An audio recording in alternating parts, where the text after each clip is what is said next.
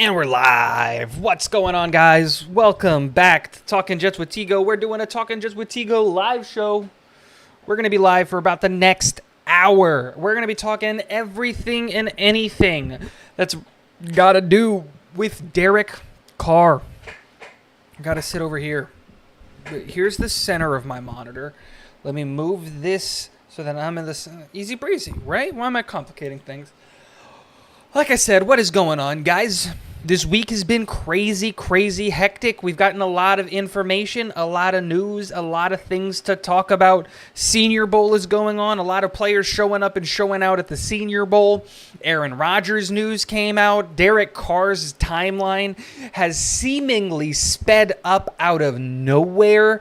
And now the possibility of Derek Carr being a Jet has gone from, you know what, we're going to have to wait 2 more weeks till the 15th for that to be a realistic possibility to, you know what, he just might happen and hit free agency before the end of this week, before next Monday. So we're going to talk all of that stuff, and maybe, just maybe, we'll do a mock draft in a scenario where maybe we trade for Derek Carr. We'll see what happens. We're going to go with the flow. I'm here to answer your questions, talk New York Jets football, and really talk football in general. Talk about whatever you guys want. Let's say hi to some people who are here. Thomas Cahill came in first, has been waiting for a while. Where's Tigo, man? I'm right here, man. I said the stream was at 10. You showed up early. That's not on me. That's on you. Thanks for stopping by. Big Green just subscribed. Go Jets. Thank you so much for the sub, Big Green. You are my 1,000th and 10th sub. Thank you so much for stopping by the channel, hanging out. We are 90 subs away. 90 subs away from 2,000 would be awesome. Awesome to hit that before the draft. We're grinding towards it. We're doing all that stuff, and we're going to see a lot of Talking Just with Tigo content coming out from now until the draft. Senior Bowl is over. Really enjoyed the fact that the Senior Bowl is over, because we got to see a lot of good players. And honestly, if I'm being honest, I fell in love with some players at the Senior Bowl. Obviously, the Senior Bowl players are going to be, for the most part, later round picks, but there are some guys that definitely played themselves into that conversation of probably being low-end first-round picks, high-end second-round picks. Some of these guys solidified themselves as the second-round pick. It's fantastic. Fantastic. Mizzo9 just subscribed as well. Go Jets. Thank you so much. 2 new subscribers. I've been live for 3 minutes. Appreciate you guys so much. But let's talk to you guys. What questions do you guys have? What do you want to talk about? Before we let's let some people get in here before we go on the whole Derek Carr situation. Before we do all that, you know what? Let me tweet it.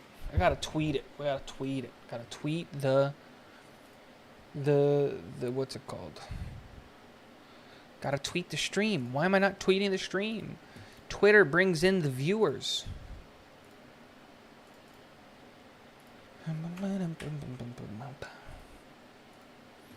Give me a second, boys and girls.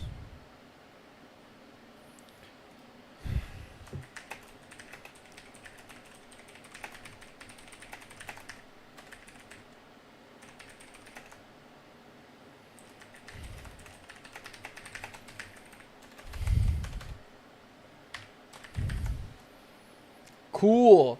And there's the link. Tweeted. Fantastic. If you guys aren't following me on Twitter, please do so. I tweet every once in a while. But most importantly, guys, just hang out. Have fun. Let me know what you're thinking. Let's talk. Let's enjoy ourselves. Let's go do what we do and have a good time. So Derek Carr. Obviously, we all knew that Derek Carr was going to get cut. Right? Like, that was a 100% is like gonna happen. There was no way he was gonna be a Raider at the end of this season, right? It just wasn't gonna happen. And then we all got the news, we all got the information, we got everything that more than likely it was going to be a situation where he was going to only make it only going to make it, but that he was only going to be available February 15th, right? The day after Valentine's Day, because that's when, theoretically, his massive contract would hit. Well, now the rumors have started to swirl that they're going to possibly look at cutting him before this Sunday's game, and that they are trying to solidify a trade for Derek Carr, because if Derek Carr were to get hurt at the Pro Bowl, it would guarantee his contract no matter what, and they would have to pay him the $40 or $50 million, regardless of if they trade him or if they cut him. And so to be on the safe side, they're going to try to trade him over the next day or two, and if they can't trade him, they're going to cut him by Sunday. So it's an interesting conversation to happen. They've also given him permission to go out and talk to suitors, teams that have agreed to trade terms with the Las Vegas Raiders. He can now have conversations with those teams.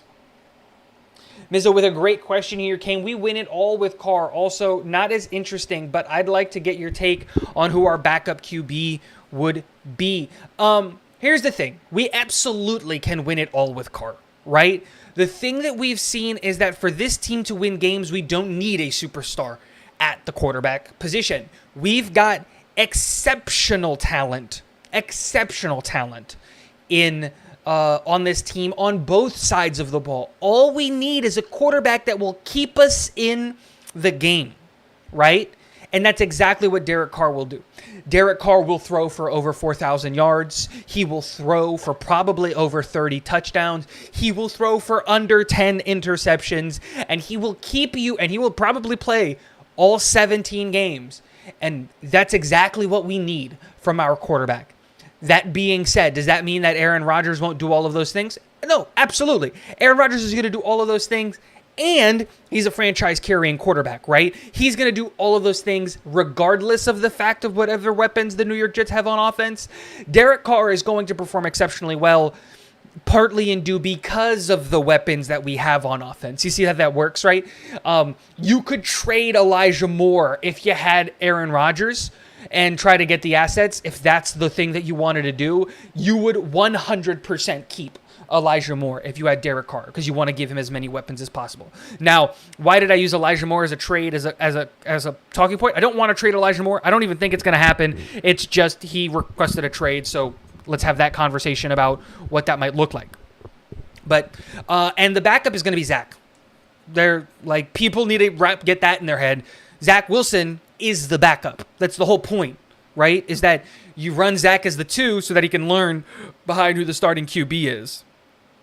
The real situation here is who's going to back up Zach, right?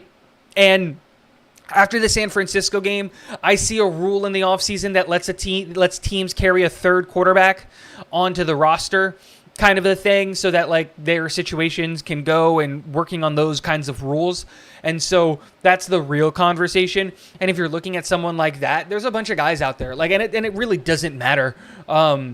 You can go get Josh Johnson. You can go get Cooper Rush. Like, there's a bunch of guys that are just going to be good backups that you can just have, but they're going to be QB3, not QB2. Zach is going to be QB2. Go get Aaron Rodgers, says Edward Figueroa. We did that whole show last week where we talked Aaron Rodgers. What does an Aaron Rodgers trade look like? All of that stuff. But the news cycle right now is dominated by Derek Carr, and it should be. He could be a free agent by Monday. He could be traded by Monday. There's a lot of things going on. So we're talking Derek Carr because he's a realistic possibility. Victor Sanchez, if we don't get a tackle in the first round, which tackle do you think we should get in the second round? There's a lot of really, really good tackles, and there's not even a tackle that you need to go get. You don't need to get a tackle in the first round. I actually, outside of Peter Skoronski, I'm not a fan of any of these first-round tackles, like in the sense of like you got to stick at 13 and take them, because I don't think the gap between Paris Johnson Jr. and like a Matthew Bergeron is that big. And that's just my personal opinion. So If you skip out on 13, you trade back, you do any of those things, you go, you know what? I would love in the second round, if he's there, Darnell Wright out of Tennessee. He was arguably one of the best players at the Senior Bowl this weekend, and he looked like a man amongst boys. Same thing goes with offensive tackle DeJuan Jones out of Ohio State. He is a mammoth of a human being and dominated on day one, so much so that he pulled himself out of the Senior Bowl to not risk getting an injury because he had some headaches, and they were scared that maybe it was some kind of concussion-based thing, and they said, you know what? His camp said, we put enough good tape in one day of practice, we're going to pull out. There's no need to risk injury, especially at a man of his size. He is 6'8", 370.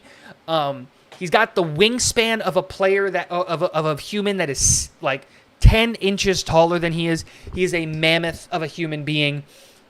If both of those guys are gone, I really, really like, and I really zeroed in on this guy, Cody Mauch out of North Dakota. That's an insanely, insanely good guy. To have that positional versatility, and he did it at a relatively high level. And then the last guy that I'm kind of in on when it comes to the offensive tackles that you don't take in the first round is going to be Matthew Bergeron out of Syracuse. He's a developmental tackle. He's not great. He's not bad. He is solid. And yeah, those are my guys. Those are the guys that you would look at the second or the third round. Blake Freeland used to be on that list, but he had a pretty bad Senior Bowl, so he's fallen down my board a little bit. But yeah. Billy SBC, the Jets are in a no-lose situation here. Rodgers or Carr and your serious playoff team. I don't think you're just a serious playoff team. I think you're a serious Super Bowl team. We've got all of the pieces. And guys, remember, the offseason hasn't happened yet. You know, we haven't signed free agents yet. We haven't gone through the draft yet. This team is only going to get better. And Joe Douglas has shown us that he knows how to make this team better. He had to tear this thing down to the studs, did that, and in 2 years has filled this team to the brim with talent. We have 4 players at the Pro Bowl right now. We've got 2 players who are going to win offensive and defensive rookies of the year in the same year. The first time that's happened since the Saints did it with Alvin Kamara, and I don't remember the defensive guy that did it. Like, we are turning this around. We've got exciting players and exciting things to happen in this situation. We're good. D. Mespolet, if starter gets injured, we're screwed. Not really. Mike LaFleur isn't calling the plays. That's the biggest thing that people are failing to understand. Nathaniel Hackett makes adjustments in his play calling.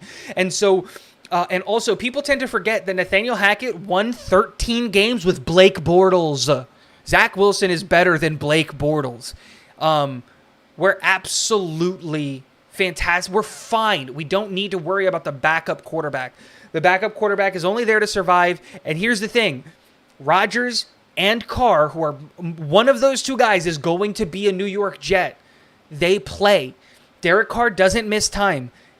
Neither does Aaron Rodgers play with a broken thumb all year. Like, these guys won't miss time at all. So we're good there. Becton 2.0. Yeah, absolutely, dude. You're saying that as if it's a bad thing. Becton is a legitimately good tackle. Both of his injuries had nothing to do with his weight and everything to do with getting rolled up on. If you're telling me that DeJuan Jones at 6'8", 370 can play like Becton, sign me up. Absolutely. I'm not worried about the weight. I am a little bit, but he played at 350. Now, if he's walking around at 370, I don't care what he walks around at. I care what he plays at. And he plays at 350. And he plays incredibly good at 350.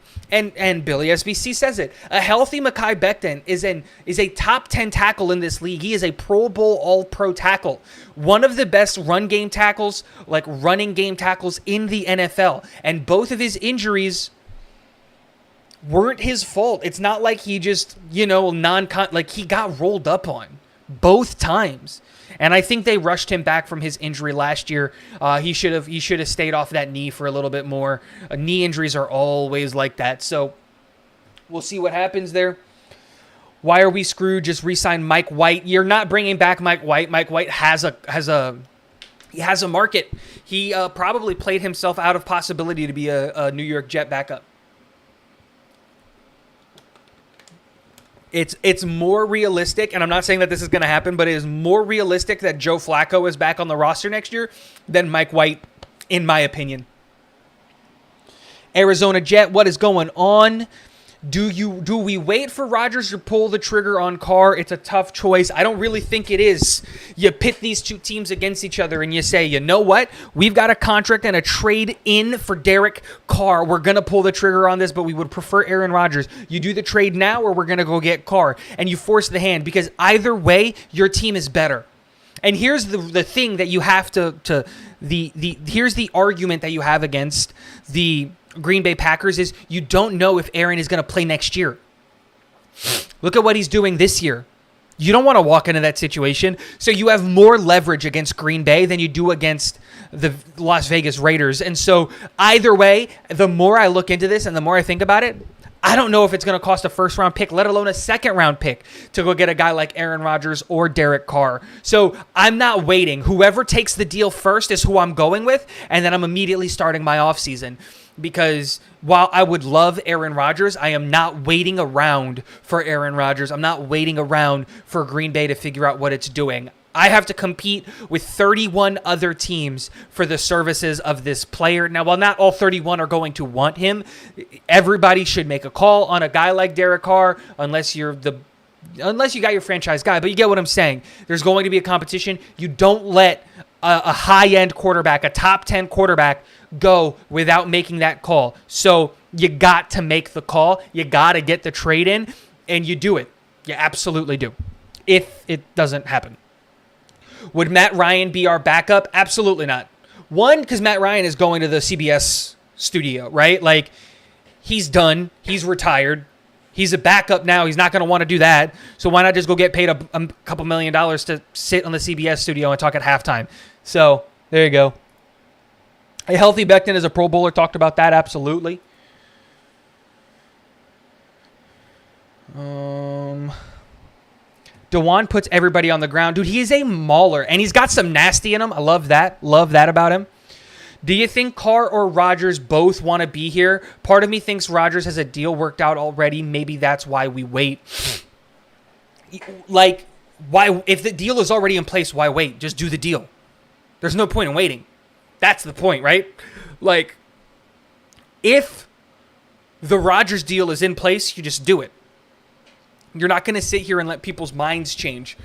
You know, you're not going to just let it stew and let it boil and do all of those things. So if you have an opportunity to make that trade, you make that trade right now, especially since the NFL a couple years ago added the fact that you can put a post-June 1st designation on trades. There's no point in waiting. You do the post-June 1st designation on the trade, and you make the trade happen right now. The Jets should already have been in talks about Rodgers way before this. They know what they're going to do already here. At this point, I think it's just waiting on the other parties. The New York Jets know that they're going to get Derek Carr or Aaron Rodgers, and that's who I think they've zeroed in on. And I think that's one of those two guys is in New York. And here's the thing, right? If either one of those two guys are in New York last year, we're probably in the playoffs, and we're probably the number one seed in the AFC East.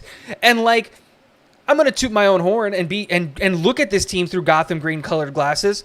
I think we're better. I think we would have played on the AFC Championship game. We would have beaten Cincinnati because our defense is better. Like, the only team I don't think you beat is Kansas City, and boom, that's the reality of it. Rodgers knows this is his last chance for a Super Bowl with the Jets. He's going to push to come here. Yeah, absolutely. But again, I'm not waiting for Rodgers to make that decision. If he's too busy golfing, you take Carr. I'm a diehard Jets fan. Hey, me too, Antonio Mazzell. As a golfer, I don't trust the commitment of golfers. I love it. Carr makes more sense. Who says Carr can't be as good as Rodgers with this roster? I never said that. What I will say is Carr is a quarterback that will be elevated by this roster. That's the real thing. This roster that's going to be put around Derek Carr is going to elevate him, and he's going to elevate them. And that's the beautiful matrimony that'll happen with Derek Carr. If you get Aaron Rodgers will elevate this offense. There's the difference. Now, here's a key piece. This team, this roster, doesn't necessarily need lifting. We've got good pieces, really good pieces. We just need a top 15 quarterback, and that's what both of these guys are. And so, yeah. As a diehard Jets fan, it's on. Hit the like, guys. Thank you, Billy. Carr's going to New Orleans. I doubt that. New Orleans is in such a messed up situation right now. They are one of the oldest rosters in the NFL. You know, they've got a lot of problems going on. I really think that they're going to run it back with Andy Dalton and Jameis Winston, truthfully. And I don't know if Derek Carr wants to go to New Orleans. Like, I know that he can match up with his coach that coached him in his rookie year. But that is a thing that you have to take into consideration when you're talking about a player like Derek Carr. Like, he might want to go match up with his old coach. Like, that's a real thing. But Derek Carr is going to look at the Stafford of it all and say, and this might not be true, but he's going to look at it and go, I'm just as every bit as good as Stafford is. Stafford went to a complete roster and won a Super Bowl. What's the most complete roster that needs a quarterback? And I think hands down, people are going to say the Jets. And so, yeah, boom. Arizona Jets, it's disgusting how bad our offense was last year, plus LaFleur's horrible play calling. It wasn't LaFleur's horrible play calling on its own. It was the fact that we had 4 quarterbacks that neither one of those 4 could play at above a top 25 quarterback in the NFL level. And Mike LaFleur's inability to adjust his play calling. That's the thing. Because his play design was fantastic. We had wide receivers and players running open all up and down the field constantly. Our quarterback failed the offensive coordinator just as much as the offensive coordinator failed our quarterback. Even split here. Jets fans need to lay off the crack, vodka, and Z's. If we're being honest, Carr probably ain't getting moved until Aaron makes his decision after the Super Bowl. They can't wait, Sean. They can't wait. There is already conversation that they're going to either trade him or cut him before the Pro Bowl game. Because if he gets hurt in the Pro Bowl game, which is a realistic risk that they would be taking, if he gets hurt, his contract becomes guaranteed.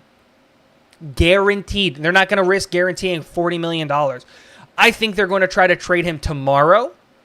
And if they can't get him traded tomorrow, he's cut Sunday. I could be wrong here. Totally can be wrong here. But Carr wants to, the thing that we have to remember is Carr is ultimately the decider here. He does what he wants. And it makes more sense for Carr to move first because he can set the market. If he waits for Aaron, he's not going to be able to ask for what Aaron got at all. He's not Aaron Rodgers. That's just the reality of it, right? If you trade for Aaron and let's say you have to restructure his contract or give him a new deal, it doesn't work like that. I like the not injury prone aspect of Carr. That's a major selling point for him here. Absolutely, dude. He plays every game constantly. Constantly. Both of these guys are. So Mike White is all but gone. Who would be a backup for our veteran QB? Zach Wilson? That's the whole point, right? That's just it. Zach Wilson. Good talk. The idea of durability and going 3 to 5 years makes Carr enticing. I don't know about 3 to 5 years, Finger Lakes. I think it's 3 at the max. They're going to want to see what they have in Zach's. They're going to pick up his 5th-year option because when the cap explodes, the 5th-year option is going to cost nothing. And the 5th-year option is only guaranteed in case of injury. And that's it. So if you pick up the 5th-year option, you don't like what you're seeing from Zach Wilson in his 4th year, you can cut him at no liability. You just cut the guy. There is no massive dead cap hit. There's none of that stuff. It's just boom, he's gone. And you keep going with Derek Carr, or you go on a Zach, see what he has, and if he's great, cool, you franchise tag him, see if he can run it back one more year, and then give him the extension that he deserves. If he fails, you accumulate a bunch of draft picks, and you go and get your quarterback, and then you have a dynasty for the next 15 years. You go draft Arch Manning in that draft because that's right about the time when he would be declaring, and then boom, we finally get a Manning in Gotham Green, and New York goes back to being dominant for the next 30 years, the next 10 to 15 years.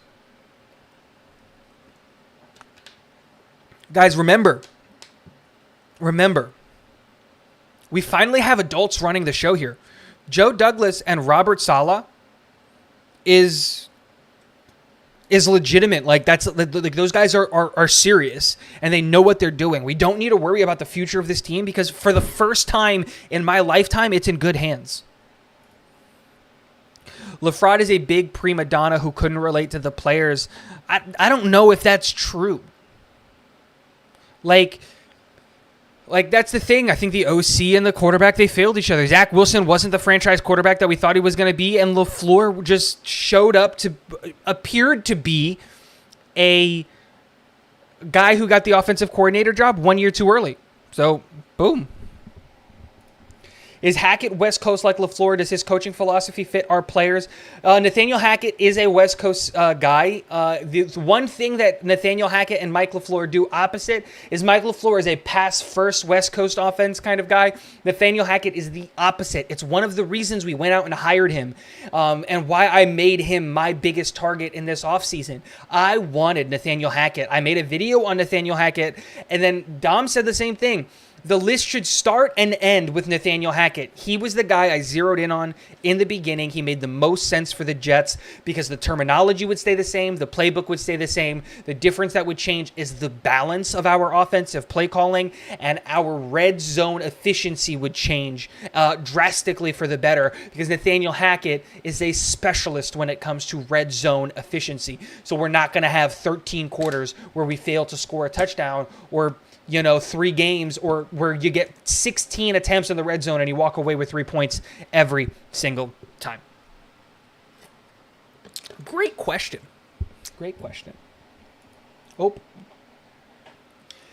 Yeah, it was QB and OC hand in hand, cost us playoffs. We didn't use Moore or Mims or tight ends at all, and we couldn't scheme a dang run game at all. I hated the last 6 games so much. It's absolutely true. It was bad. It was bad. Sorry, my grammar was horrible. It's all good. I got through it. Stop smoking cannabis, Jets fans. Rodgers is a year away from hanging up the cleats. I would give up 1 third round for him. That Super Bowl or bust is not a good plan. Just ask Buffalo. But Aaron Rodgers is not just 1 year before hanging up the cleats. Let's say you go get Aaron Rodgers and you get to the AFC Championship, like with this team. He hangs up the cleats coming that close to getting his second Super Bowl. He runs it back. And you know why he runs it back? $110 million. He's not leaving that on the table. He only gets $60 million next year. He's going to not come back for $50 million. If he plays 2 more years of football, he makes 25% of the money he made in his entire career. Aaron Rodgers is at minimum 2 years, possible 3 to 4. But realistically, he's at minimum 2 years. He's only playing the retirement game to screw Green Bay. Their relationship is fractured. And he needs to do what he needs to get out of Green Bay. It's the same thing that Brett Favre did, right? Brett Favre threatened retirement, all this stuff, came out of retirement to come to the Jets, and then played like another 3 or 4 years at a high level. He almost took Minnesota to the Super Bowl. If he didn't get, almost took the Jets to the Super Bowl if he didn't get hurt, right?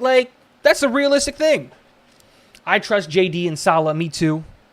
I totally forgot 5th year is only injury guarantee. Exactly, Finger Lakes. I'm telling you, I'm here. I'm here for it.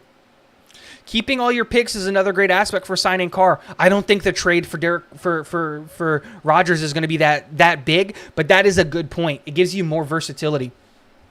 Zach Wilson and Mike LaFleur both guilty and both sucked. 2 round pegs and square holes. Absolutely. And don't forget Joe Flacco was a part of that mix, Finger Lakes, and Streveler.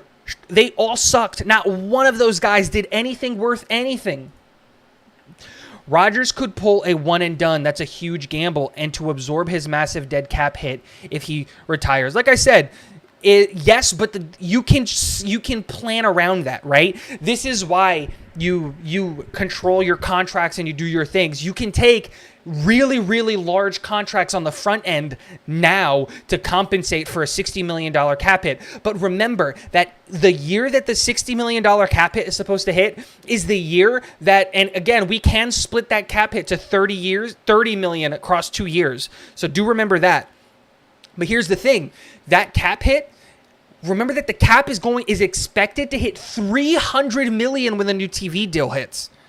$60 million isn't that much in the grand scheme of things in 3 years' time. But it is a problem, and it is something that we do need a concern with. But it's there.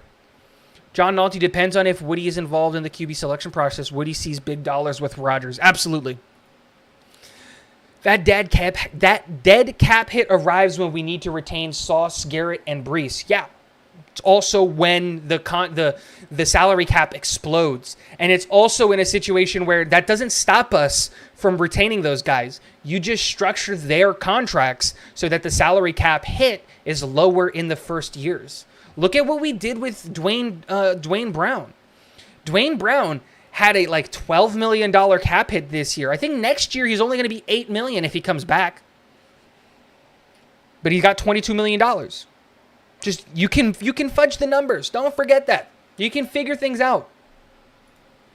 Carr ain't cheap though. No, Carr is actually, people don't realize this. Carr is going to be more expensive than Aaron Rodgers in the term of cap dollars, right? Because he's going to be closer to 35, $40 million this year. So the ability to stack up and load up to go win now gets limited.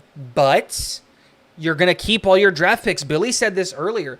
Billy is going to, like he said, you can keep and load up all your draft picks. You can trade back a couple of times and accumulate more draft picks to compensate for the fact that you have a $30 or $40 million quarterback. So, hey, ebbs and flows, pros and cons to each guy.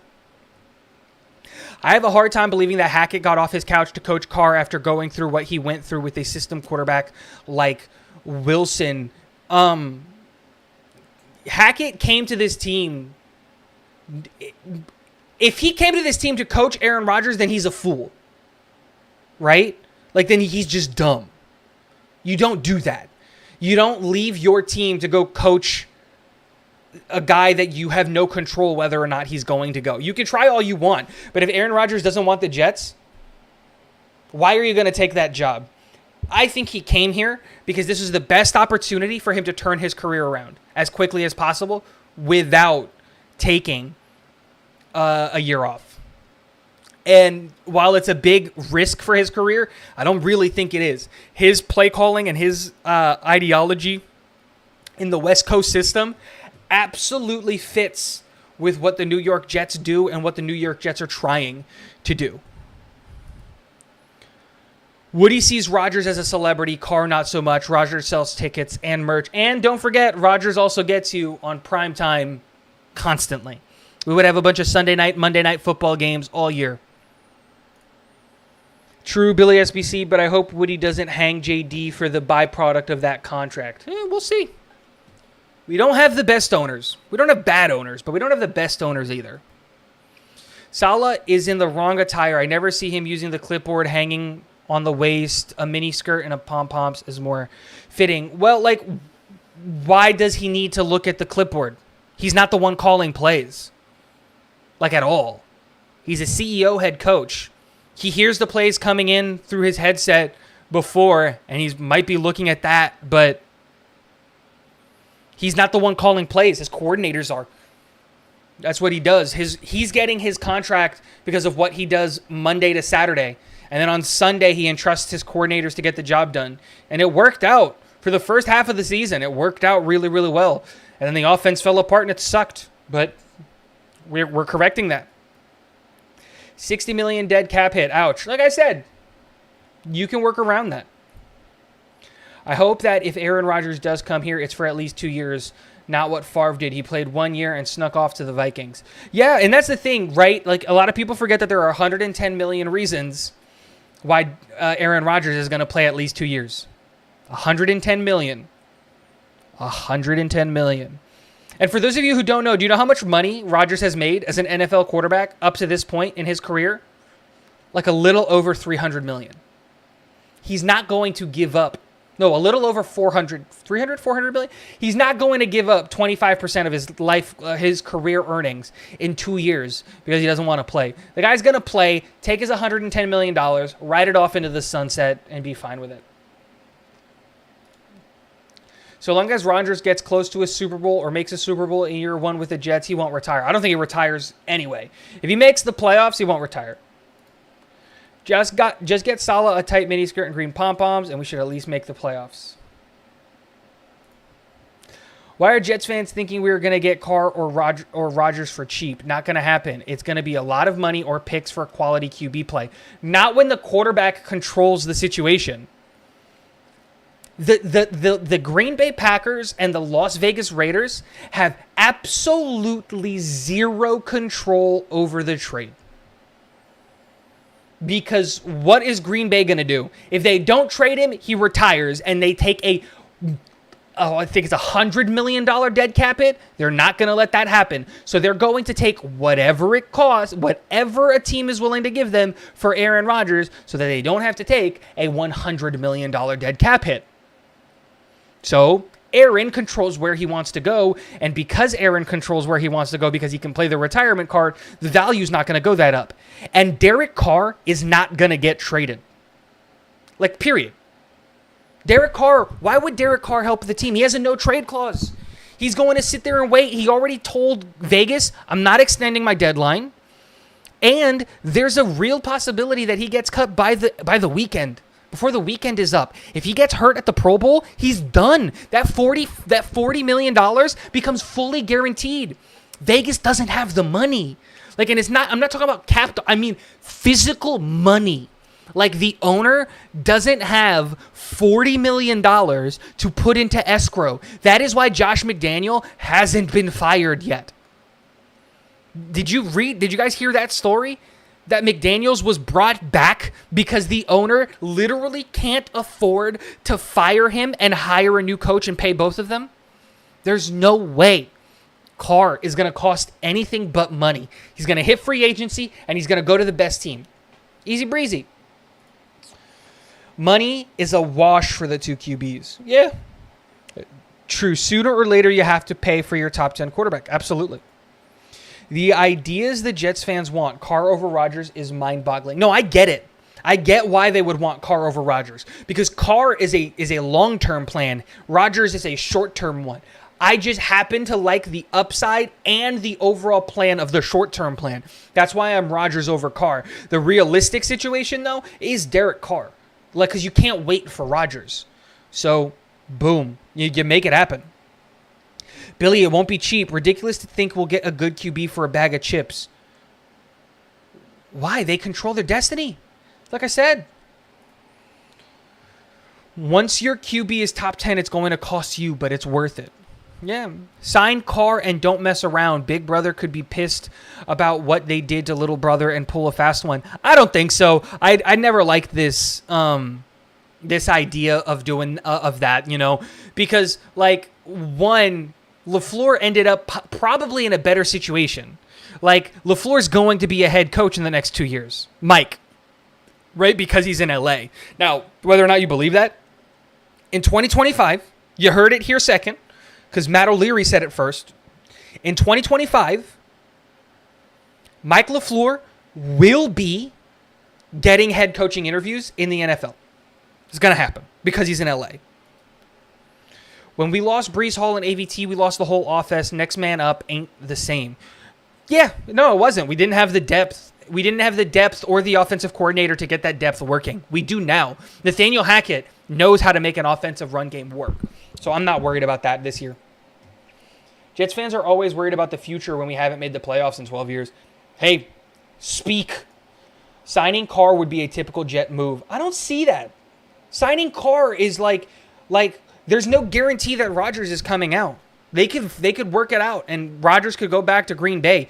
You can't pass up you can't pass up the possibility of Carr, because Carr will still be the best quarterback this franchise has ever seen. Ever seen. That's straight up. So, I agree, Joe. Jets talking Super Bowl, can't even win division. Talk about putting the cart in front of the horse. But it's not. We were failed by the quarterback. That's the reality of it.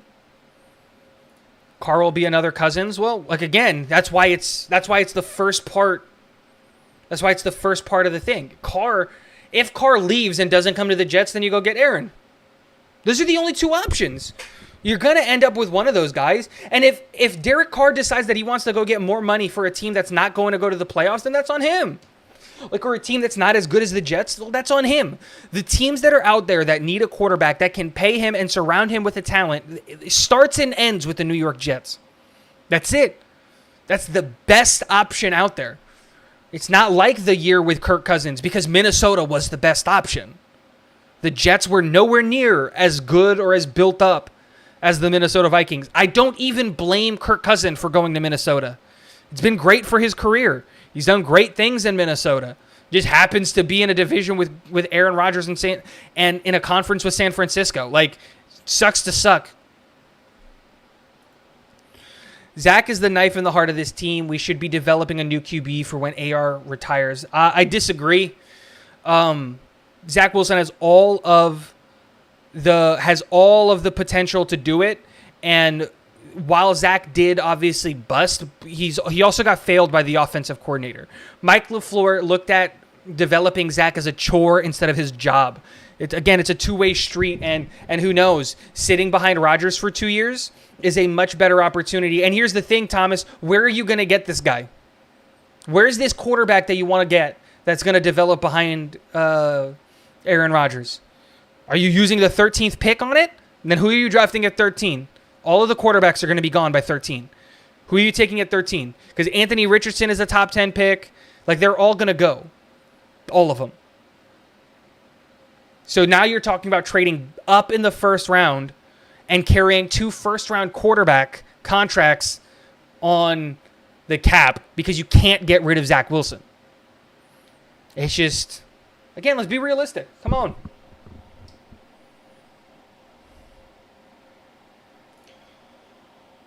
We didn't give Zach what the Jacks gave Lawrence. An injured line and a rookie QB coach isn't going to get it. Yeah, exactly.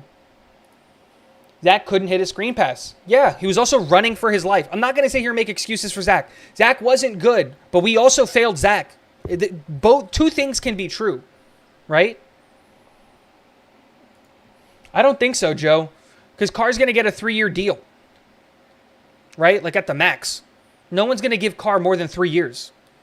So you give Carr a 3-year, and then boom. There you go. The Jet fan in me sees a total disaster, and we end up with Baker. One, we wouldn't get Baker. We would get a more steady guy. Baker is too volatile. We would end up with like Jacoby Brissett. We would end up with Ryan Tannehill. Like, there are other options, Jimmy G. Like, there are other options that are going to be better culture fits and better options like that. But yeah, that is a big fear of mine too. Jets Club Fan 29 is the idea that like everything falls apart and then we're just Gardner Minshewing it up. And that to me is my disaster. A 5th-round quarterback isn't going to develop into a franchise guy, dude. Not this year. This year's quarterback class is abysmal, including the guys in the top. There's a lot of talented guys, but none of these guys grade as high as any of the guys that were coming out last year or the year before. Like Kenny Pickett in this draft would be going number 1. Like, I'm not a Bryce Young fan. I love the upside of Will Levis and C.J. Stroud, but they've got massive question marks. It's just one of those things where it's just like, if you're going to take a quarterback to develop, it's going to be next year, and that's when you find out that Zach ain't the guy. You give him one more year on the bench. So, boom.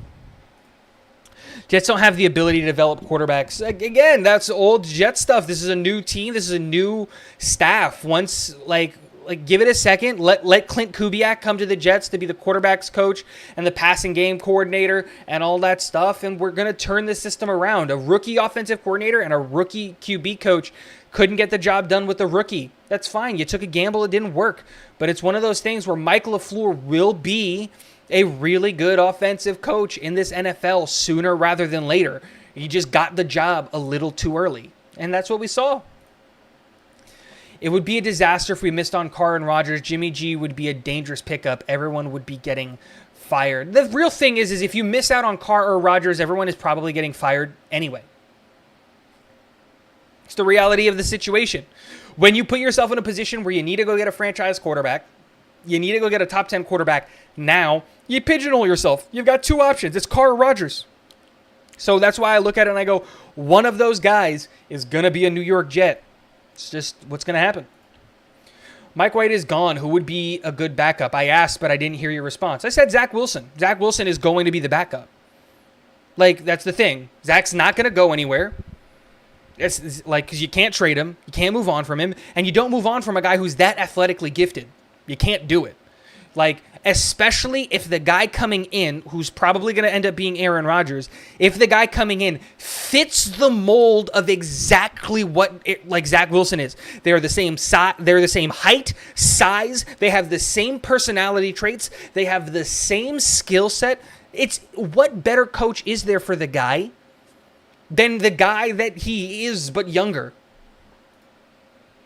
I saw the Jets win the Super Bowl when I was 8. Watched him practice at Hofstra. This is the most hopeful I've been, sadly, with either Carr or Rodgers. Exactly. They're both great options. You might as well keep Mike White if you're thinking about signing Jimmy. Jimmy's much better than Mike White, but I get the sentiment. Jimmy won't last 6 games. I say stay with Mike White. He spreads the ball, and the teammates saw his toughness. He went to tent locker room and eventually the hospital. Saleh didn't keep TE on tackle bum versus Bills. That was criminal. Well, again, Saleh doesn't call the offensive plays. Mike LaFleur does, and Mike White's skill set just isn't good enough. He's every year that he's played for us, he's gotten hurt. You can't rely on him. He's made of glass. That's why I think he's gone. It's a new culture. Who we were before JD is gone. Absolutely. I just feel with Rodgers' chances for a Super Bowl, the hiring of Hackett, and the Rodgers relationship with Zach is going to bring him to the Jets. I agree. I think it all makes sense. And I think ultimately that's what I think ends up happening. But you can't wait. That's the thing. You can't wait for Aaron Rodgers. You force Green Bay's hand now to go get Aaron. You say, if you're trading him, you're doing it now because Derek Carr is available and we'll go get him over this guy, and your market for the one place that he probably wants to go is gone. And so you can kind of force Green Bay's hand. A little bit. Mike White is a backup. Absolutely. JD isn't giving first rounds like it's trick or treat. He ain't that dumb. Of course not. And I never said that you give it a first round for Aaron Rodgers. Like, the more I hear and the more I see, it's starting to look like it's not going to cost a first-round pick to go get Aaron Rodgers. That's the reality of it. And so it's starting to look like it might only cost a second. Maybe a conditional pick the year after that if he comes back. Because no one is going to give up a massive amount of draft capital for a 1-year rental. Not even at quarterback. Not even a top 5 quarterback. They're not going to do it, especially not JD. Joe Douglas isn't stupid, just like Antonio said. He's not dumb. He's not going to give up the world for 1 year of Aaron Rodgers. So, guys, let's do this. Let's have some fun. Let's do a mock draft. We're going to do a mock draft. We did a mock draft last week.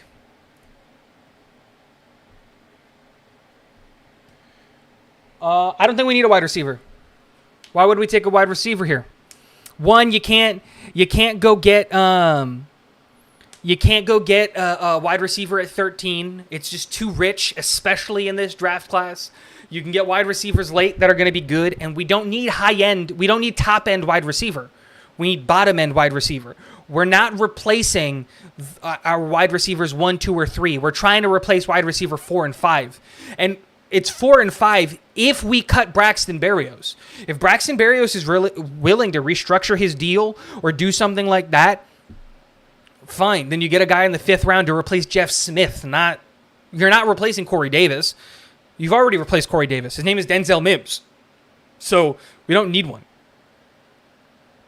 Mims is shaky, but Mims is going to play.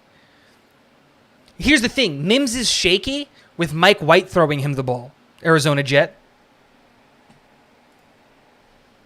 Super shaky. But Aaron Rodgers or Derek Carr throwing him the ball, they're going to be on target. They're going to be accurate. They're going to be on time. Denzel Mims is a 1,000-yard receiver guaranteed with Derek Carr or Aaron Rodgers. I guarantee it. We have 3,000-yard receivers next year with Elijah Moore, Garrett Wilson, and Denzel Mims. I'll guarantee it. And here's what I'll also say. Denzel Mims will go 1,000 yards catching every ball with his body. Like, I'm just saying. I think wide receiver is a need in the 5th or the 6th round. Do you think we should look at Siaki Ika for the one technique? I love Siaka Ika, the kid out of Baylor, right? He's incredible. I love this guy. I just don't think we're going to get the opportunity to draft him. 13 is too high. 44 is way too low. And so, like, he's going to be taken between those two picks. Now, if you trade back out of the first round into the top of the second and get like that kind of a thing, and he's available at like let's say the Colts want to come back into the first round, so they give you next year's one, and you're at 35 and Ika is there, then of course you take him. I love Ika. But the reality is he's probably gone at 32 to the Pittsburgh Steelers. So, guys, brace your eyes. I'm going to go to the mock draft screen. It is white and it is bright, so brace yourselves. I'm giving you a warning now. We're going in 3, 2, 1, boom. And then let's pull that away. Oh, this is my production view. This is what I see when we're drafting, when we're doing all this stuff. And then let's bring this here, guys. Let me make sure I can see everybody. Pull this up. Beautiful. Beautiful. Oh, fantastic. Fantastic. I love it. I love it. I love it. I love it. Cool. I can see everybody. I can see chat. Let me go through chat real quick. Billy Tyler Steen, not a fan of him. Doesn't have a good anchor. And at 13, that is a massive, massive, massive, massive overdraft. It is possible everyone knows what Rodgers wants already. Is it possible everyone knows what Rodgers wants already? If they knew what everyone wants, the trade would have already happened. You can designate a trade with a post June 1st cut, so you wouldn't have to wait. Oh, wait. The chat box. Yeah, there it is. Boom. Barrios needs to be cut. That's a real possibility. Can't wait for Elijah Moore to be unlocked. I love Garrett, but Moore is going to be a monster next year. Absolutely. Clemens needs more playing time. He's a beast. Got every technique in as a pass rusher. Absolutely, Antonio. I totally agree. Here's the thing, right? With us cutting Carl Lawson, we're only going to see more of these guys, and that's a great thing. We're going to see more of Michael Clemens because Michael Clemens is going to take the Bryce Huff role. Bryce Huff is going to take the Jermaine Johnson role, and then Jermaine Johnson is going to take the Carl Lawson role. Everybody's going to take a step up. All of their playing time is going to go up, and that's why the New York Jets probably draft an edge. People don't like it, but it's probably what's going to happen. We need a tackle in the first round. I don't know about all that, Arizona. I like how late this draft is, how deep this thing is, and I'm not overdrafting somebody at 13, if I'm being honest. I'm not going to do it. I'm going to take the best option at 13, or I'm going to trade back, and that's what I love doing. I like trading back. Oh, my gosh, Nightbot. I'm sorry. Just destroyed your comment, K. Newman. I saw your thing. You said BYU, the BYU tackle in the second round. Absolutely not. He did not have a good Senior Bowl at all, and it cost him dearly.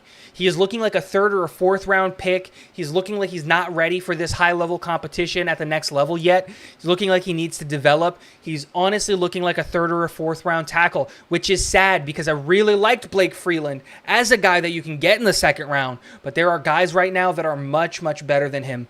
So that's that. Let's talk about that. Arizona Jet trading back is smart, Tigo. I wish we would have traded back and drafted Mac Jones. Oh, I'm going to be sick. Oh, I don't want Mac Jones. Never wanted Mac Jones. I'm sorry, Arizona. I can't agree with that one. That's a bad one. It's a bad one. Alrighty, let's start this draft. Let's see what happens. Boom. Jalen, oh, let me zoom in so you guys can see some of this. Everyone see this? Yeah. Jalen Carter, number 1 pick overall. Absolutely the right pick. Will Anderson to the Colts. I love that pick. Not Will Levis. Will Anderson to Seattle. That's a steal. CJ to the Vegas Raiders. Anthony Richardson to Carolina. Love that. See, here's the thing. With Peter Skoronski on the board, you got to take him. Got to take him. He's the only player that I want at 13, and he fixes all of our offensive line issues. Literally. Fixed. So I'm taking Peter Skoronski here. I'm not even going to let the chat catch up. I'm just taking him. Deal with it. Peter Skoronski in the first. Fantastic. Okay, let's see where everyone went. Oh, and in this situation, we signed Derek Carr in the offseason. That's what this is. I wouldn't want Fields either.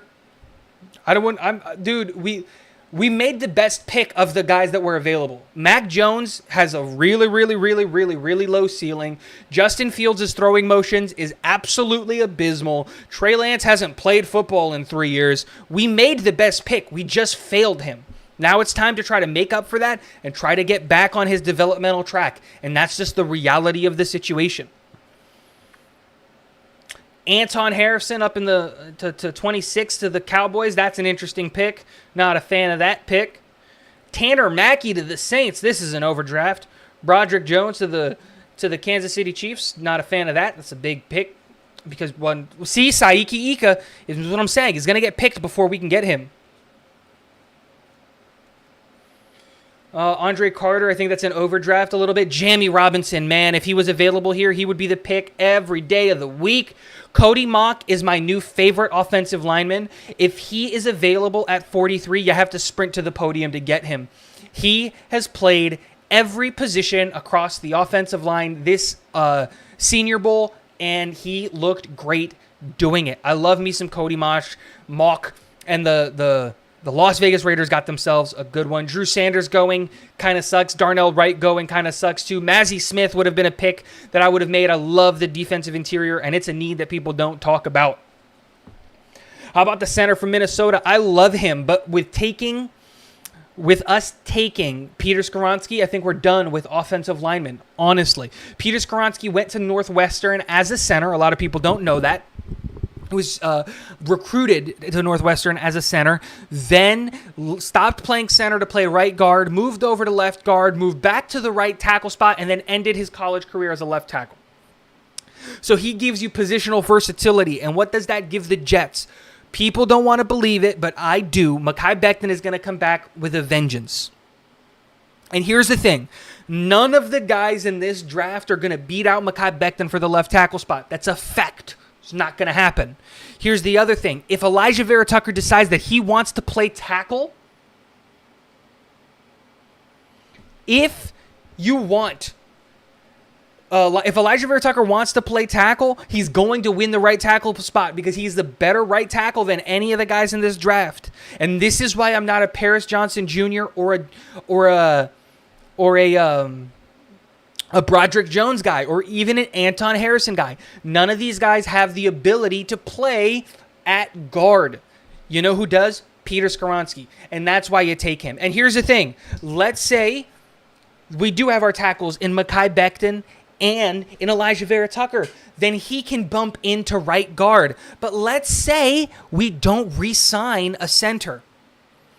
Who cares? Max Mitchell can play guard. He can bump inside and play right guard next to Elijah Vera Tucker, and Peter Skoronski can come in and play center.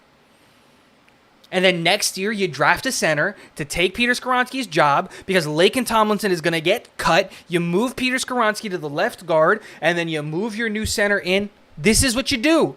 You get the guys who have positional versatility. This is why I love this Cody Mock out of North Dakota State. Positional versatility. Don't pigeonhole your guys as specific players because it's a problem. So you do that. Now, let's look at this pick. Who is available? Who can the New York Jets get? John Michael Schmitz is here, but with the Peter Skoronski pick, I'm not loving it. Nathaniel Dell.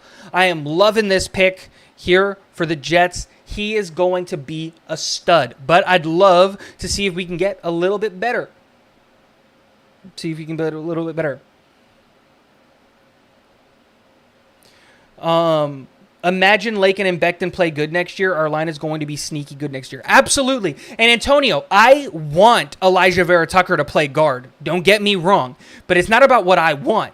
Remember that Elijah Vera Tucker has a say in this. And if Elijah wants to compete for the tackle spot, I don't know how you turn him down after what he did for this team last year. He played 4 positions on the offensive line last year. 4. And he did it without batting an eye. If he says, hey, I want to compete for the right tackle spot, you let him. And here's the problem. If he does compete for the right tackle spot, he's going to win it. He is better at tackle than any of these guys in this draft. Even if you take the best tackle at 13, he's better than all of those guys. Now, I'd love him at guard because he is a all-pro guard, but it's not up to just us. That's the reality of it. Back to the draft. What do we see? What do we have here? I'm not loving any of these picks here. If I'm being honest, I'm not loving any of these picks here. I'm thinking, who wants to trade? Who wants to trade? New England, screw that. The Steelers want to trade. Will they give us...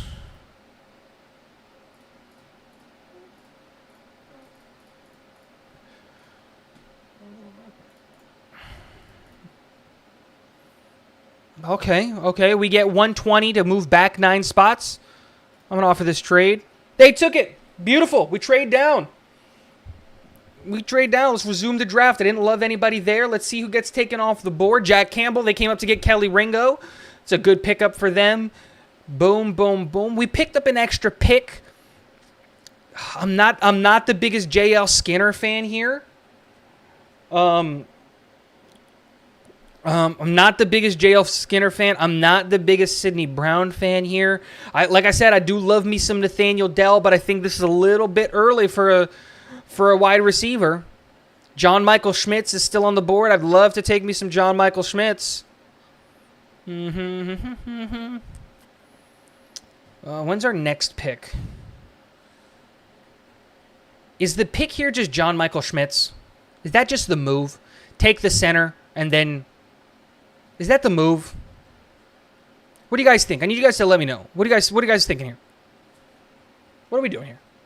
So I'm thinking John Michael Schmitz is just the pick here. Because I would love me some Nathaniel Dell. Don't get me wrong. He's great. He's going to be good at the NFL. But I feel like this is too early to get your wide receiver 5. Because this is what he's going to be for on our team. He's wide receiver 5. Maybe wide receiver 4. So you just go Schmitz, right? He's the best player on the board right now. In my opinion. Yeah, it's probably just Smitch. Yeah, he's going to be the center for the next 15 years. Let's go offensive line, first 2 picks of the draft. I'm good with that. Man, Deion Henley. That sucks. I really liked me some Deion Henley. Freaking the Texans. I wanted Keanu Benton here so much.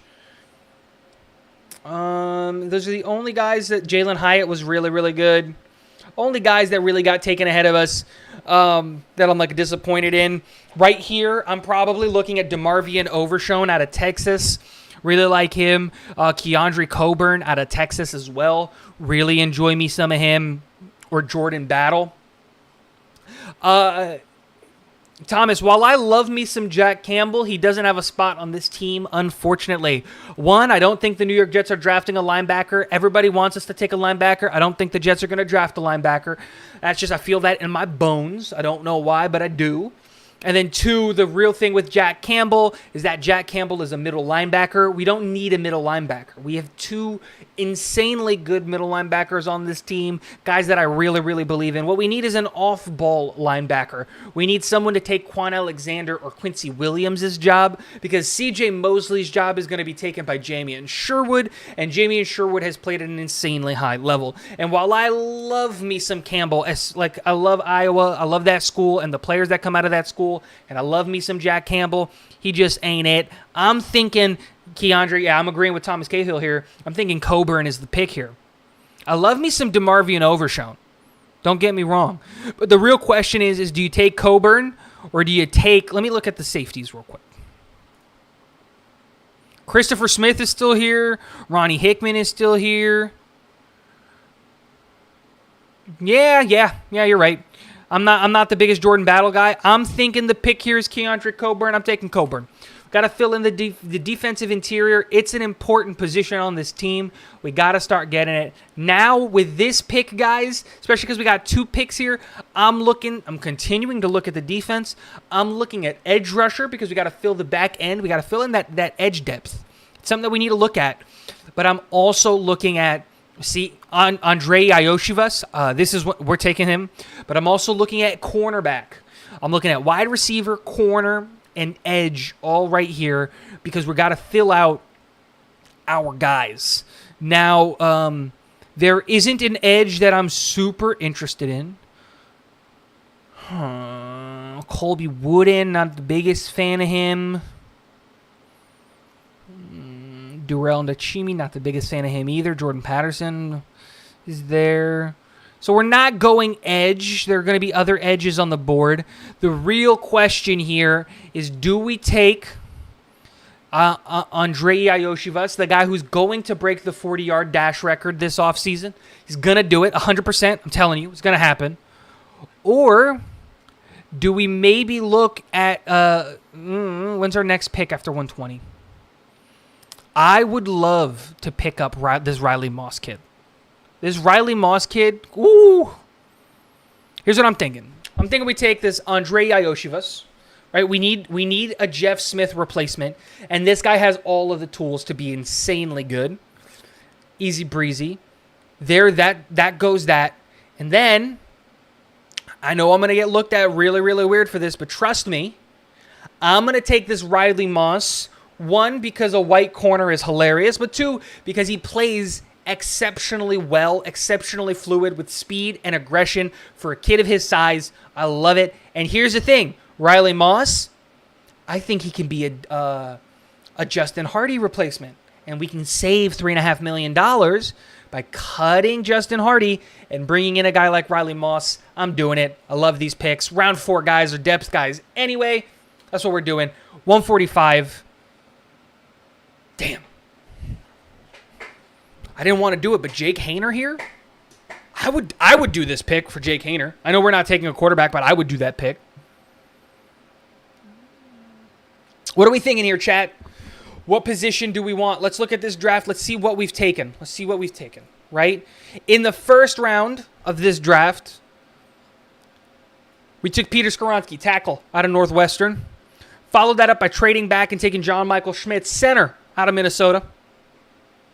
Followed that up with Keandre Coburn out of Texas, defensive interior. Starting off with the trenches. That's where you win football games, is in the trenches. Then we got skill positions. We got some wide receivers and some corners, filling out the back end of the depth, getting rid of our special teamers that are on there now, and getting some new, better special teamers, and Andre Ioshivas and Riley Moss. Really liked what Riley Moss was able to do at the Senior Bowl. Really, really enjoyed that. Where do we go now? What are we thinking? JD is the man, 100% trust in him. Injuries and OC blew it this year. Absolutely agree. Not on topic, but I do agree. What are we doing here? Have we taken a safety yet? Because I don't hate. Ooh, Henry 2020. I'm leaving it up to the chat. I would make a poll if I could, but I can't. 2020 or Torrance the second? Ooh, or even Trey Dean. Okay, Florida safety or Alabama linebacker, and if the safety wins, then we'll pick between the 2 safeties because I like both of these guys. Hey, Chef B, if we get Derek Carr, I'm not mad at it. I would be really, really on board with it if we got it. I'm not going to sit here and lie to you, but whichever one happens, whatever ends up happening, I'm cool with it. Safety. Haener would be a developmental backup, absolutely. That's 2 votes for safety. No one wants the linebacker?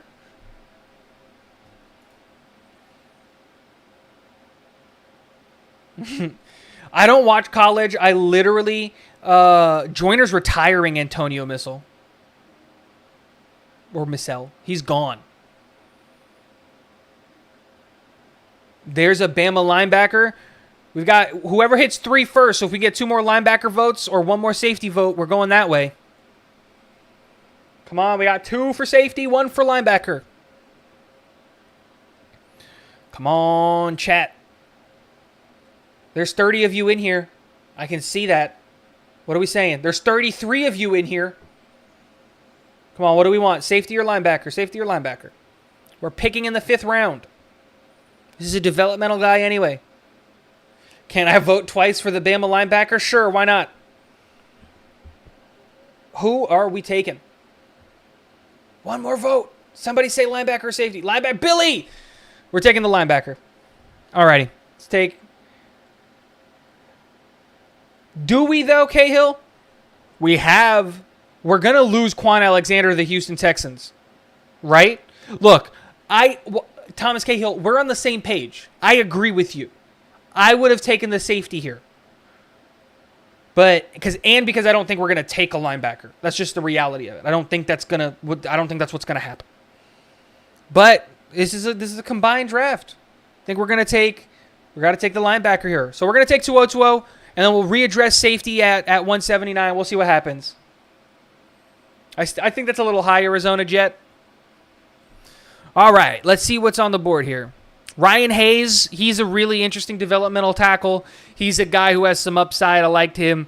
Ali Gay, not a fan of him as an edge rusher. Darius Rush. Why did I take? Oh, Darius Rush is one of my favorite. Rob V, what's up? I love this Darius Rush kid. I'm going to follow his career no matter where he goes. Not taking a quarterback. Don't like Tune. Tune ain't the answer.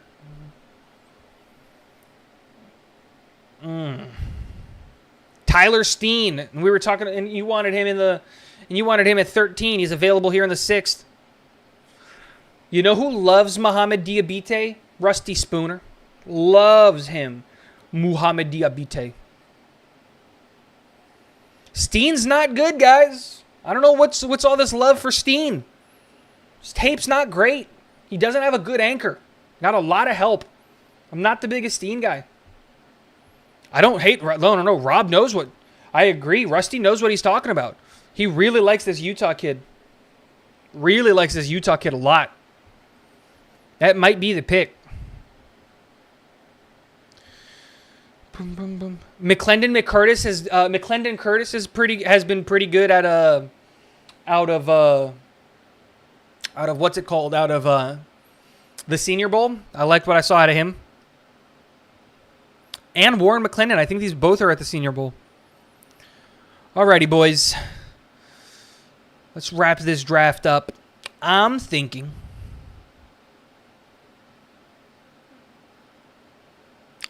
this is probably the Mohamed Diabite here. Right? Like the right answer is you take Ali Gay, but I'm not a fan of his. I don't like his skill set. And I don't know who this Dylan Horton kid is. And I think we need the edge here. We need the depth at edge. You haven't taken an edge yet. Man, I would love to take Darius Rush. Cut Bryce Hall. Give me Darius Hush and Riley Moss on the team. And our freaking cornerback room is set for the next 10 years. Oh, I would love to take this. This kid is going to be a steal. I'm telling you. Nah, there's no point. Why draft a quarterback? There's no point in drafting a quarterback. He's never going to see the field. Ever. Like, the 2 quarterbacks that we're in the running for are Iron Men. They don't miss time. So, like, we're worried about backup. Like, there's no need. Worry about the starter at quarterback. We have our backup in Zach Wilson, and then you ignore the rest.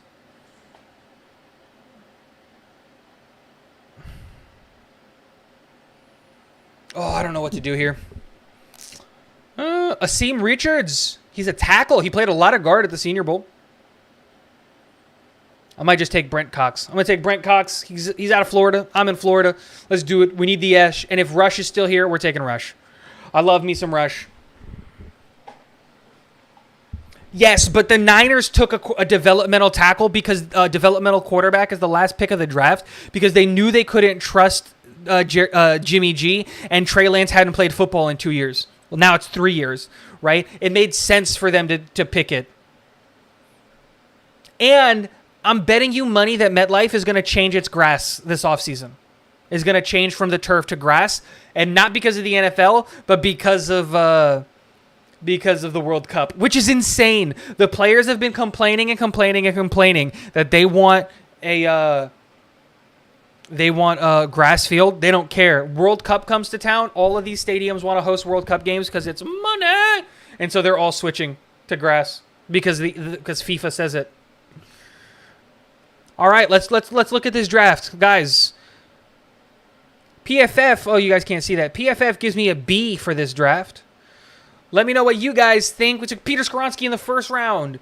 Took John Michael Schmitz in the second. We traded back in the second, actually, and picked up an additional fourth-round pick to move back 6 spots. Dropped back, took John Michael Schmitz, was the guy who we were probably taking at 43 anyway. Got Keandre Coburn, love that. Picked up wide receiver depth, got our Jeff Smith replacement. Picked up Riley Moss. We can now cut Justin Hardy. Got a linebacker to replace Quan Alexander, a good off-ball developmental linebacker. Brenton Cox, developmental edge. Think of Michael Clemens. We'll just take a shot at a guy in the 6th round. And then Darius Rush. Bye-bye Bryce Hall. We've got a cheap option. What do we got in here? Thomas Cahill with an A. Thank you very much. Hank G with the A-. Love that. Peter at 13. Does he drop Tego? Absolutely not.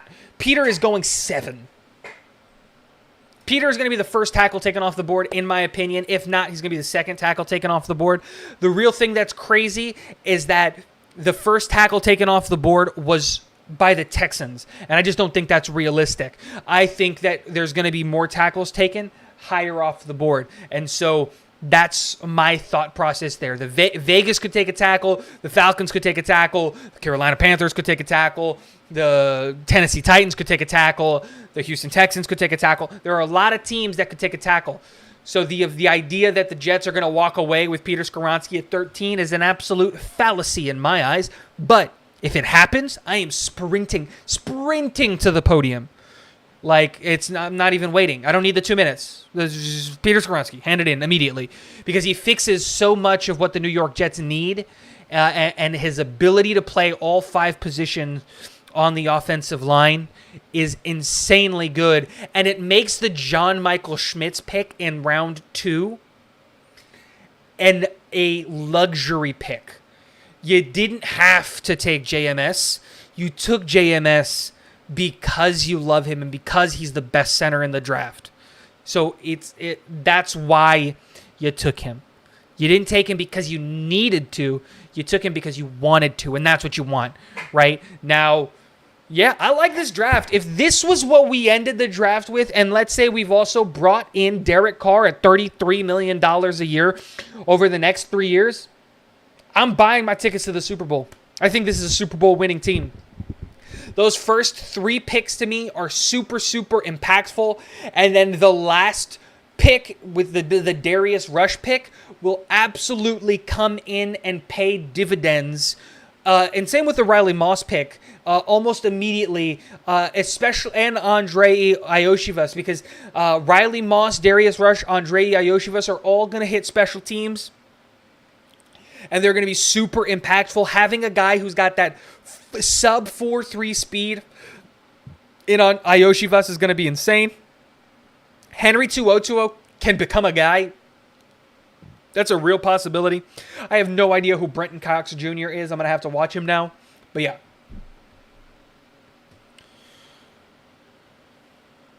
B+ need a safety. Again, in this situation, let's just say we signed a safety in free agency. Let's just say Jordan Poyer or Von Bell is on the team now. Done. Easy breezy, beautiful cover girl. Again, remember, these mock drafts this early on are for us to learn players, right? That's why we're doing this. We got to learn these players. We got to know who these guys are. Free agency hasn't happened yet. Do you remember this time last year how we were taking tight ends in the first round? We were trading back from 10 so that we could take tight ends. Boom, we signed 2 tight ends. We stopped drafting tight ends until like the 4th or the 5th round. Remember. Free agency still has to happen. What happens if we bring back Nathan Shepard, We bring back Sheldon Rankins. We sign Linval Joseph in free agency. That's 4 defensive tackles. With JFM and Michael Clemens both being able to bump inside if we need to, defensive interior no longer becomes a need. We're done. We don't need a defensive interior. For those of you wondering why I'm looking off to the corner, I have 3 monitors. The draft is on this monitor, the one the one I'm looking at. The chat is, well, the highlighted chat for the other thing is over here, and then you guys are over here. Voice crack. Did you guys hear that voice crack? I'm a 13-year-old. But yeah, so like again, we don't know what we need yet. What happens if in this offseason we trade for Aaron Rodgers so we don't have the number 1 pick anymore? The Green Bay Packers cut Bakhtiari. We bring him in for $16 million. And because we have so much cap space, we go out and sign Tremaine Edmonds and Von Bell. Boom. We have no need for a linebacker, a tackle, or a safety in free agency.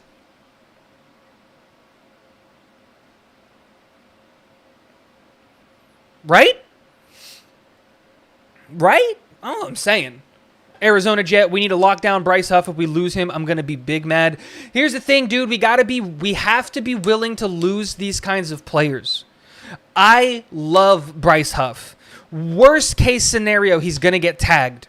Worst case scenario, you're going to get a second round. He's going to get a second round tender on him, and he's going to get $4.5 million. That's worst case scenario. He's not going anywhere unless he wants to leave. But the reality is we've got to be okay as New York Jets to trust that JD is going to find another Huff. Because remember who found Huff as an undrafted free agent in the first place? Was JD. And you know who's still making those decisions? JD. So that's where we got to be, guys. We got to be comfortable losing good players. We got to be comfortable losing good players. And Rob V, do you mean Gardner Johnson out of the Texans? Right? He's a Texan, right?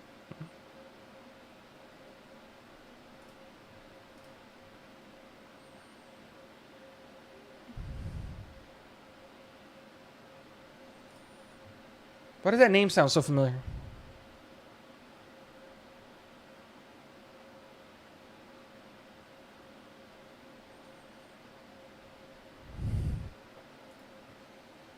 Eagles. Oh, my God. I felt that was... Oh, Jesus. Guys, forget that happened. Forget that happened. How did I... Oh, man. That was bad. That was bad. Yeah, he is the Eagles safety. Oh, my God. That was abysmal. I can't believe I just did that. I'm sorry. You guys should all unsubscribe and then immediately resubscribe. Don't leave. Yeah, you're right. Eagle safety. I drafted Trenton Simpson in Madden, and he got 12 sacks his rookie year. We have to draft him in real life. I love me some Trenton Simpson. We're not going to be able to get him unless we trade back a couple of times. At 13, he's too rich, and then at 44, he's not going to be there. And then here's the other thing. As much as I love Trenton Simpson, I've said this before, Matthew Smith, I don't think we're going to take a linebacker this year. Jesus, I need to end the stream. We're going to end the stream in like 2-3 minutes, guys. My voice is cracking. It's gone. But I just don't think he's gone. And here's the thing. I think Gardner Johnson probably goes back, right? They're going to give Gardner Johnson the money instead of Bradbury the money and then draft a cornerback. That's probably what's going to happen. We'll see. Let's go back to this view. Alrighty. Let's look at this. You got to start collecting those compensatory back. Hank G, you are my man. That's exactly what I'm saying. Got to start collecting the compensatory draft picks. We got to do it. It's how you win games. Guys, let this sink in. Okay, I'm gonna blow your mind holes a little bit. The last time the Las Vegas Raiders picked in the first round was in 2016. Do you know who that pick was? Jared Goff. You know how they've been able to build their team up and stay competitive for so long? One, by effing them picks every single year, which I'm not a big fan of doing, but because of the compensatory picks. They're not scared of losing players. You got to stop being scared of losing players. You got to have confidence that you can replace those players. Build the pipeline. That's why I feel confident that we can lose C.J. Mosley, because we've got Jamie and Sherwood in the works. So boom. Believe. Rob V, I honestly think that the Rodgers deal gets done within the next few weeks. I think it's done by the end of the week. Here's the thing. The moment the Carr deal happens, the Rodgers deal happens. They're going to be like right after one another. No one's going to wait. So boom. A little bit. Can you imagine Quinnen and Ika in the middle? Oh, don't get, it'd be so nasty. Cahill, it'd be unfair. Like imagine a rotation of Sheldon Rankins, Ika, and Quinnen Williams. Oh, imagine. I need a haircut. Oh, I desperately need a haircut. I need a hat. Where's my hat? The LA Hams, I hate them, and the Bucks, but we are going to essentially do what they did by getting Rodgers. You're going to have to. There's two ways for you to win a Super Bowl. What is this hair? What is this alfalfa hair doing? Guys, I don't know if you can tell, but my ADHD is kicking in. Stay down. There we go. Now I look ridiculous. There's two ways for you to get your quarterback.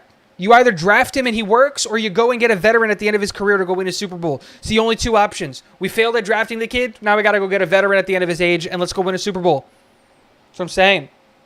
Alrighty, guys. I'm going to end the stream there. There's 36 of you in here and only 28 likes. Guys, if you can hit the like button, if we can get 2 more likes on the video, I'd greatly, greatly appreciate it. Let's get that up to 30 likes. Let's listen to Nightbot.